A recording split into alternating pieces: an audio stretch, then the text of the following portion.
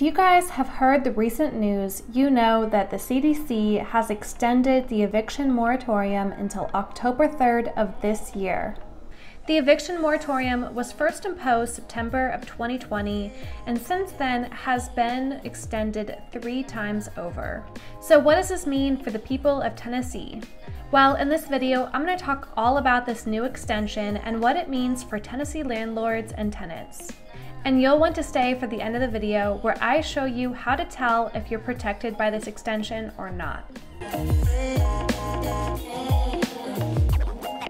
Hey everyone, my name is Brenna. I'm a realtor with SimpliHOM in the Middle Tennessee area, and I want to thank you so much for watching this video.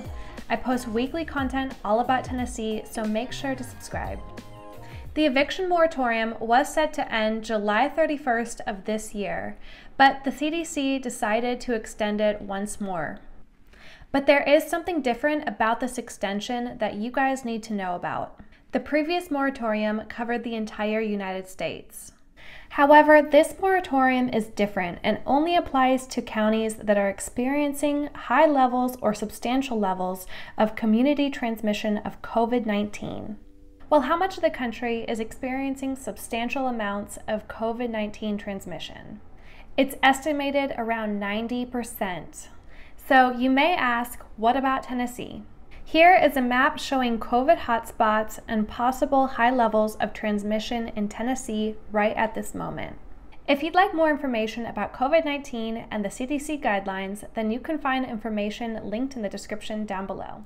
As you can see from the map, many parts of Tennessee are still greatly affected by the virus, which means that there's a higher chance for renters to be protected by this new moratorium. It's a very tough time for both tenants and landlords.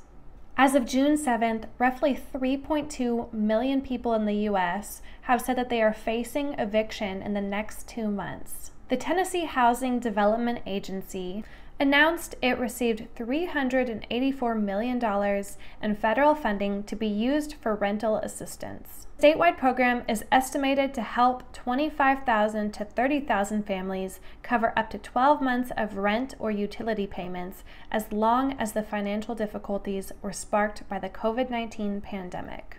And the program does apply to 91 out of the 95 counties in Tennessee. If you're a renter in Tennessee and you're needing help during this time, I have linked renter assistance information in the description down below, so go ahead and check it out.